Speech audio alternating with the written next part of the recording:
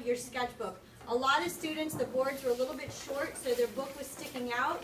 You want to trim that down before you actually start gluing this together, because otherwise you're going to lose passenger points. Okay, so I'm going to start. So what you're going to need is your image. I have Mr. Mondello's picture here. And you want to take your book cover and cover the artwork so that you make sure you're not cropping off any images that you want. So I want to make sure it's not aligned like this, because then I'll lose that detail. So as long as I can't see the artwork that I want to keep, then I'm good. Next, I want to take a Sharpie or something that you can see and draw dots on the four corners. And the corner is, I'm drawing the dot about 1/8 of an inch outside that corner. Can you guys see my dots? Okay. You don't want the dots to touch the corner because you want the paper to cover it. Then you're going to draw a diagonal or something like this template. Notice my stencil had kind of like 2 angles. It's easier to do a diagonal. Either way will work. I'm just going to draw diagonals across here. And then my last class, I told them 1/2 inch around the book, but that was too small. So 3/4 to 1 inch. You may not even need to cut the outside, but I'm going to go ahead and cut it just to show you. Sorry, that Sharpie, I need a new one. So I'm drawing approximately 1 inch border around my book so that the outside contour is very similar to my stencil. You don't want to copy this because your book board might be a little bit bigger or smaller, and you want it to fit your book board specifically. Okay, so from here, now I'm just going to cut out my book. And if it's not perfectly straight, that's okay, because these edges are going to get covered up. Okay, now what I want to do is I want to face my artwork down, and I'm going to take a glue brush, and this has been sitting in water. I don't want a ton of water, so I'm going to go ahead and just dry off the brush, make sure there's not a ton of excess water. And then I'm going to take my Elmer's glue, and there's enough, one for each table if you guys are all doing it at the same time. And when I glue, what I want is a nice thin coat of glue, so I'm going to go from the middle out.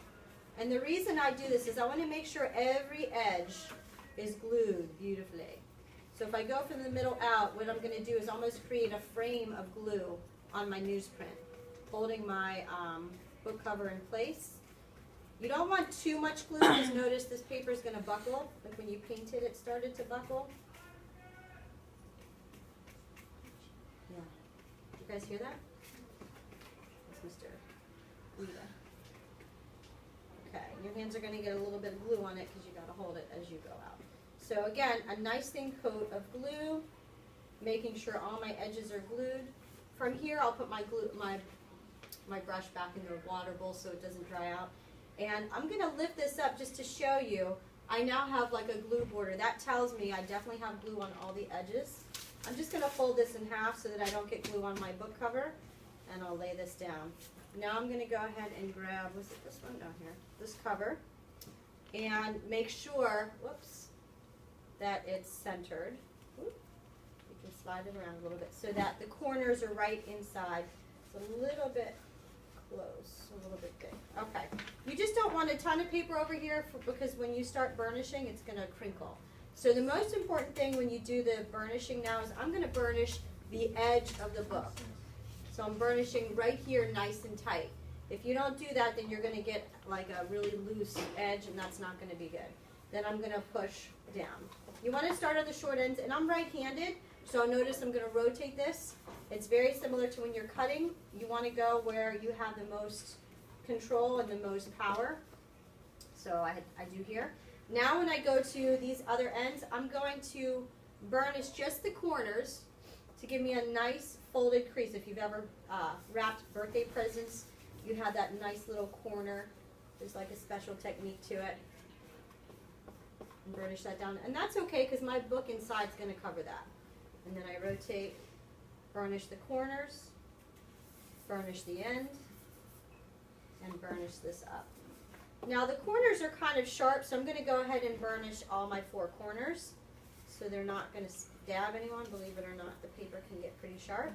And now when I close this carefully, because I don't want the paper to rip because it's still kind of wet, Now this is my back cover. Oh, and I got a little bit close to the top. So that's a good example, is to make sure that your image, when you're laying it out, to make sure you're not too close to the edge. And here's my front cover. So now it's important to know where your front and back, and also notice my image goes totally across. Some of you guys were leaving a gap, like a white space for the spine. Make sure you paint that so that it covers completely.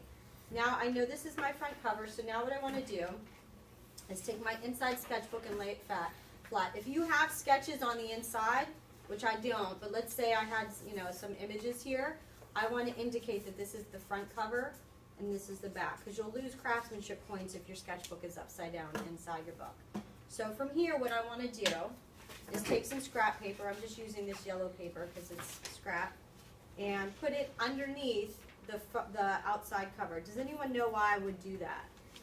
Why do you think I'm putting these scrap pages in there?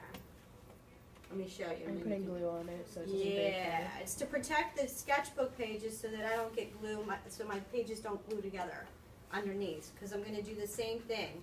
As I glue from the inside out, I want to make sure I get glue on the edge of the page.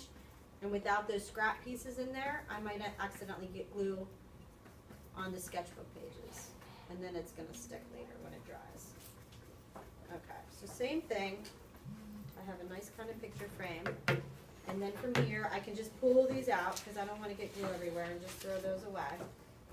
Now, so here's the front of my sketchbook, and here's the inside. So what I like to do, I like to lay it on the inside. So I'm going to flip it this way and flip it this way, and lay it in as centered as possible like that. Now that that's centered, I'm going to close my book and gently open the inside. Now this is going to happen. You guys see how that's kind of lifting? So now that I know it's pretty centered, I'm going to push this down and burnish the inside. And go back to the other side. And now I'm going to hold it at like a 90-degree angle so that I'm not stretching it too much. Because what you want to happen is when you burnish, when you close it, that brown paper, that brown paper in there is against your spine.